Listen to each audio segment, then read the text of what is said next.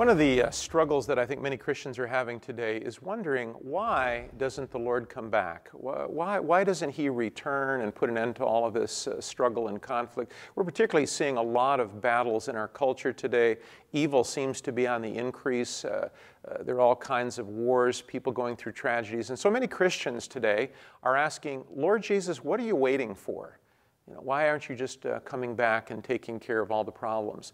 So I think there are many of us today, and maybe this is partly true for you. Maybe you're asking in some personal thing, Lord, what are you waiting for? Why aren't you acting? Why aren't you doing that? And really the Bible is very clear about the reason for that. Now, if you go back into the 12th chapter of the book of Genesis, you find a promise given there about God's plan for the world, His redemptive plan for salvation. And it's given to Abraham, and in the promise God says that I will bless you, Abraham, and I will bless those that bless you and curse those that curse you, and through you and through your offspring, all of the world is going to be blessed. Now, most Christians today have forgotten that that promise in Genesis chapter 12 is still operative today. Because what the Lord is saying in Genesis 12 is that I'm going to use the Lord Jesus Christ, the seed of Abraham, the gospel and the cross and the message of redemption and salvation to bless the entire world.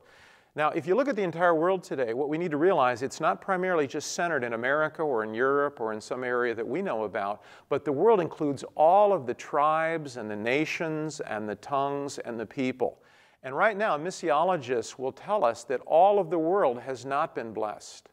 All of the world has not been reached. There are many areas of the world today that still have not heard the gospel for the first time. And so if we want to ask what Jesus is waiting for, or why God has not returned, we have to understand that He is fulfilling that promise to Abraham, and that He is sending the gospel out today to reach every tribe, nation, and tongue. And when He has completed that, as He says in Matthew 24, then the end shall come. So this is a good call for all of us to get out there and share the good news and watch God's faithfulness to the whole world, and not just us.